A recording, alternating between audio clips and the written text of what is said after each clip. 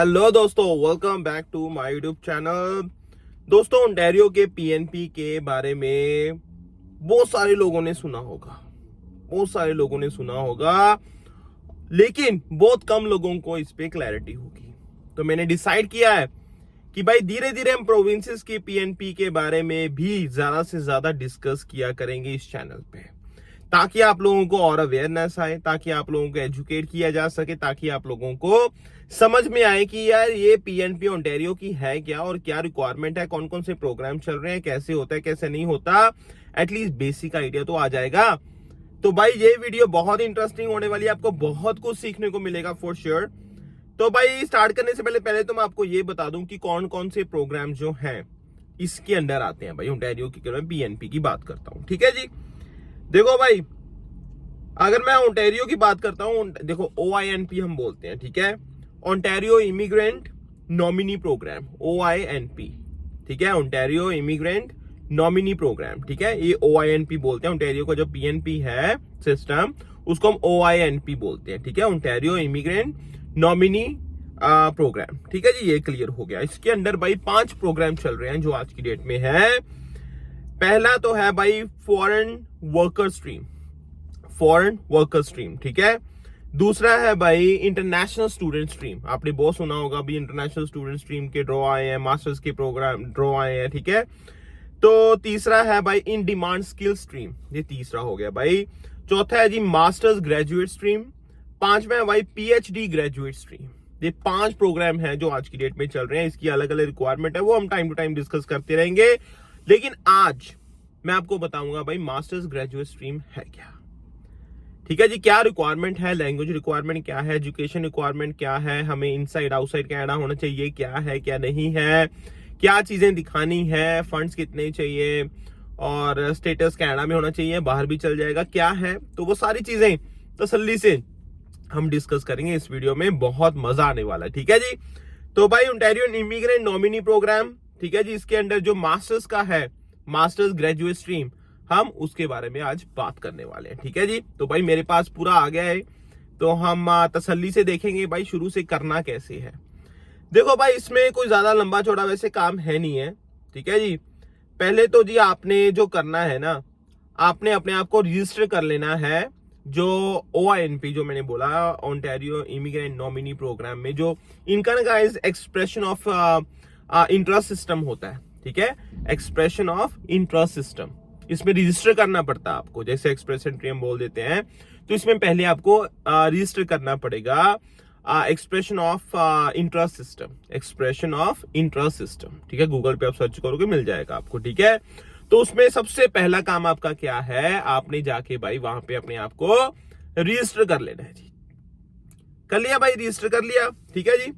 उसके बाद भाई आपको इनविटेशन मिलेगा। उन्होंने देखा भाई ठीक है ये बंदा अच्छा है, इसका सब ठीक है जी, एलिजिबल अकॉर्डिंग जैसे रजिस्ट्रेशन हुई है, तो भाई एलिजिबल भी है, तो लो करो यार इसको भाई, भेजो। तो जी ठीक है, आपको इनविटेशन आया टू अप्लाई, ठीक है जी। और उसके बाद भाई ओंटारियो की जो गवर्नमेंट है, आपने अप्लाई कर दिया, ठीक है जी, ओंटारियो की गवर्नमेंट आपको नॉमिनेट कर देगी, ओंटारियो की गवर्नमेंट आपको नॉमिनेट कर देगी जी परमानेंट रेजिडेंसी के लिए।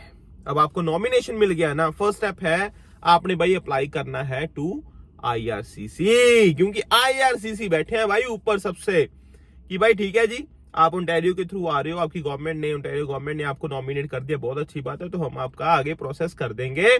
तो तभी कहते हैं भाई ओंटारियो गवर्नमेंट का जब हमारे पास नॉमिनेशन आ गया, वो एक ये होता है कि चलो ठीक है भाई अब IRCC वालों ने देखना है, तो मोटा मोटा काम वहां पे हो जाता है, क्योंकि नॉमिनेट करना is actually a big deal, right. तो जी वो चीज होगी, फिर आप IRCC वालों के पास जाते हो, उनको आप अप्लाई करते हो, तो ये आपका बेसिक प्रोसेस हो गया, ठीक है जी। ये चीज क्लियर है बिल्कुल। देखो जी स्ट्रीम रिक्वायरमेंट क्या है, ठीक है, आफ्टर रिसीव, देखो जी मैं आपको बता दूं भाई, you must meet all the requirements in the category जो मैं आगे आपको बता रहा हूं। You don't need a job offer to apply, you don't need a job offer to apply भाई for this particular stream, you don't need any job offer to apply, ठीक है जी। भाई बहुत बड़ी चीज है ये, ठीक है, तभी मैं भाई तसल्ली से आप लोगों को समझा रहा हूं। देखो जी पहला तो है एजुकेशन, भाई एजुकेशन हो गया। अब एजुकेशन में क्या है,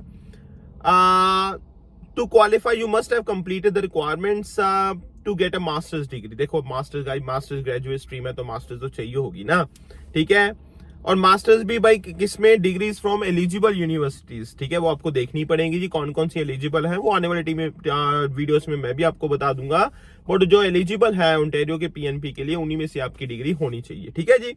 और उसमें भाई at least 1 academic year of full time, ठीक है, फुल टाइम स्टडी होनी चाहिए, एटलीस्ट 1 ईयर एकेडमिक ईयर की।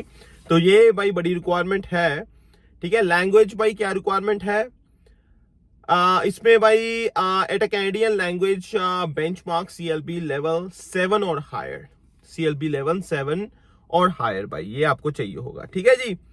उसके बाद देखो जी आपकी भाई residency, yes this is important, तो you must have legally lived in Ontario for at least 1 year in the past 2 years. In the past 2 years आपको कम से कम 1 साल यहाँ पे आप रहे होने चाहिए, ठीक है, बिफोर यू अप्लाई। क्लियर है भाई, 2 सालों में 1 साल तो आपको यहाँ पे आप होने चाहिए, तभी आप अप्लाई कर सकते हो, ठीक है जी। ये चीज क्लियर हो गई। सेटलमेंट फंड्स चाहिए भैया, आपको देखना है ना भाई, आप खर्चा पानी निकाल सकते हो, कोई चक्कर तो नहीं है, ये चीज हो जाएगी। और उसके बाद भाई कि आप भाई फ्यूचर में भी आप ओंटारियो में रहोगे, सर्व करोगे इस पर्टिकुलर प्रोविंस को, ऐसा नहीं है भाई छोड़ के चलो। उसके लिए भाई आपने मान लो प्रॉपर्टी दिखा दी, लीज एग्रीमेंट दिखा दिया, आपका जॉब ऑफर दिखा दिया, ठीक है जी।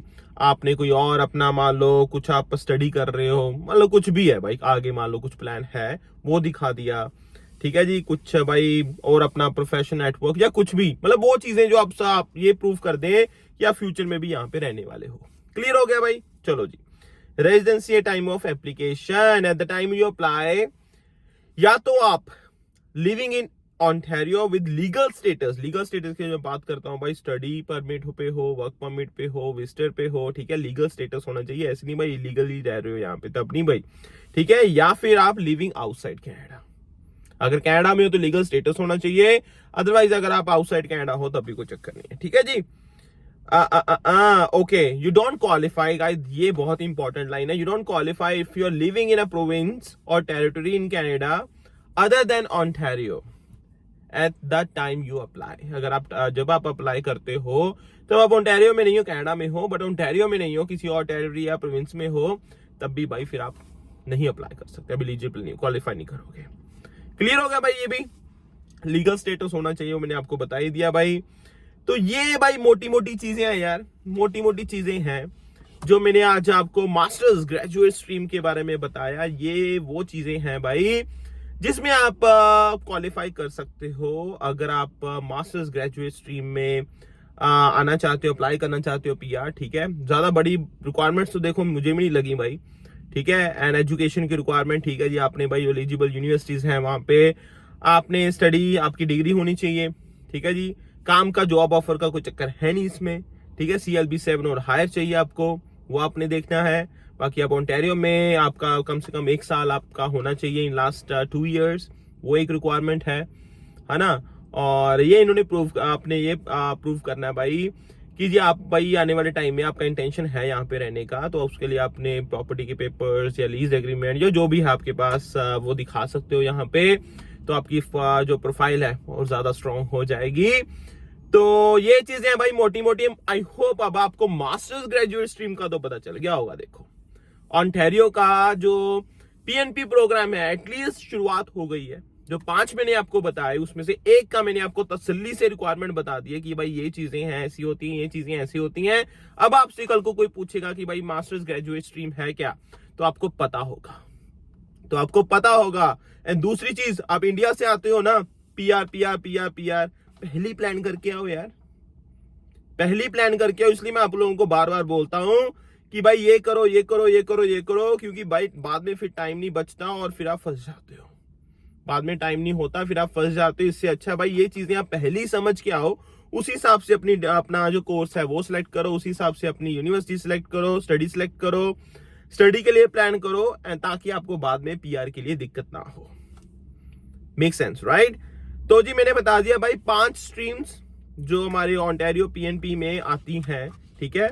एंड उसमें से जो मास्टर्स ग्रेजुएट स्ट्रीम है वो गाइस मैंने आपको बता दिया सारा आज, ठीक है। 5 में गाइस दोबारा आपको बता देता हूं कौन कौन सी स्ट्रीम है जो ओंटारियो PNP में आती है जी। फॉरेन वर्कर स्ट्रीम, ठीक है, इसके बारे में भाई मैं वीडियो डालूंगा बहुत जल्दी। उसके बाद international student stream, in demand skill stream, master graduate stream, जिसके बारे में आज हमने जाना, पीएचडी ग्रेजुएट स्ट्रीम, ठीक है जी। तो इसके ड्रॉ आते रहते हैं भाई, ओंटारियो पीएनपी तो वैसे ही बहुत फेमस है। तो भाई और अपडेट्स के लिए नैसी संगीत का चैनल फॉलो करो। हम इस चैनल पे यही सब डिस्कस करते हैं, मजा आता है भाई, आप लोगों को एजुकेट करते हैं, अवेयर करते हैं, हम डिस्कशन करते हैं। बाकी अगर वीडियो आपको अच्छी लगी हो भाई, लाइक कमेंट शेयर कर देना, एंड जिनके लिए फायदा हो सकता है भाई उनको भी भेज देना वीडियो, ताकि उनको भी क्लैरिटी आ जाए। प्लान करो प्रॉपर तरीके से, एंड आई होप आपको अच्छा लगेगा। And see you next time guys, मेरा टॉपिक एंड डिस्कशन। टीजन से स्टे का अपना ध्यान रखना। Bye bye guys, enjoy, love you, enjoy, bye bye.